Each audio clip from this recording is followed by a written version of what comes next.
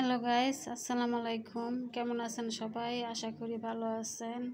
আপনাদের দোয়ায় আমিও ভালো আছি, আলহামদুলিল্লাহ।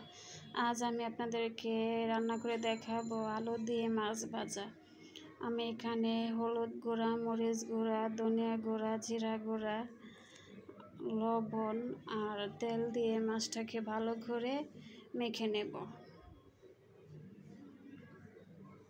আমি ভালো করে মাছটাকে মেখে নেব, সব কিছু মশলা মাছের সাথে মিশিয়ে নেব। আমি ভালো করে মাছটাকে মেখে নিচ্ছি। ছোট ছোট করে মাছটা কেটে নিয়েছি। এখানে পাঙ্গাস মাছ আর কাতল মাছের পিস ছিল, এটা টুকরো টুকরো করে কেটে নিয়ে আলুর সাথে মিশিয়ে ভেজে নেব। যে আমি চুলায় একটা প্যান বসিয়ে দিয়েছি, এখানে টুকরো করে মেখে রাখা মাছগুলো ভেজে নেব। আমার মাছগুলো এক পাশ হয়ে গেছে ভাজা, আমি মাছগুলোকে উল্টে দিচ্ছি।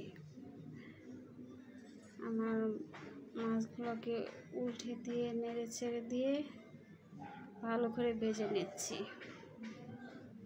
এভাবে মাছ ভাজাটা করলে অনেক স্বাদ হয়।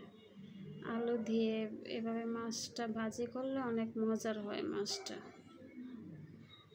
আমার মাছটা ভাজা হয়ে গেছে, এখন উঠিয়ে নেব।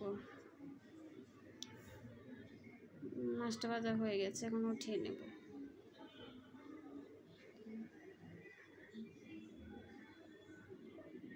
আমি মাছটাকে উঠিয়ে নিয়েছি। এখন এই মাছ ভাজার তেলে আমি আলু টুকরো টুকরো করে কেটে রেখেছিলাম, ওইটা দিয়ে দেব। দিয়ে আলুটাকে ওই মশলা দিয়ে কষিয়ে নেব। মশলা দিয়ে আমি ভেজে নেব। ওই মশলা দিয়ে হয়ে যাবে, কারণ এখানে মরিচের গুঁড়া আছে, আবার আমি কাঁচা মরিচ কুচি দেবো এখানে, তাই আর আলাদা মশলা দিতে হবে না। আমি ঢেকে দিয়েছি ঢাকনা দিয়ে।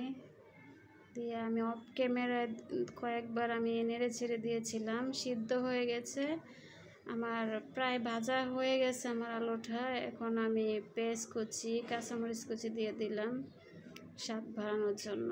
পেঁয়াজ কুচি আর কাঁচামরিচ কুচি দিলে স্বাদটা ভালো হয়। আমার ভাজাটা হয়ে গেছে, আলু ভাজাটা হয়ে গেছে। এখানে আমি ভেজে রাখা মাছটা দিয়ে মিশিয়ে নেব। আমি এখানে ভেজে রাখা মাছটা দিয়ে দেবো, দিয়ে মিশিয়ে নেব। আমার মাছ ভাজাটা যদি আপনাদের ভালো লেগে থাকে তাহলে আমার চ্যানেলটা সাবস্ক্রাইব করে লাইক দিয়ে শেয়ার দিয়ে আমার পাশে থাকবেন প্লিজ। আর আমার চ্যানেলটা যদি ফেসবুক পেজ থেকে দেখে থাকেন তাহলে আমাকে ফলো দিয়ে শেয়ার দিয়ে লাইক দিয়ে আমার পাশে থাকবেন প্লিজ। আপনারা একটা শেয়ার দিলে আমার অনেক উপকার হয়, তাই প্লিজ আমার ভিডিওটা একটা শেয়ার দিয়ে দিবেন প্লিজ।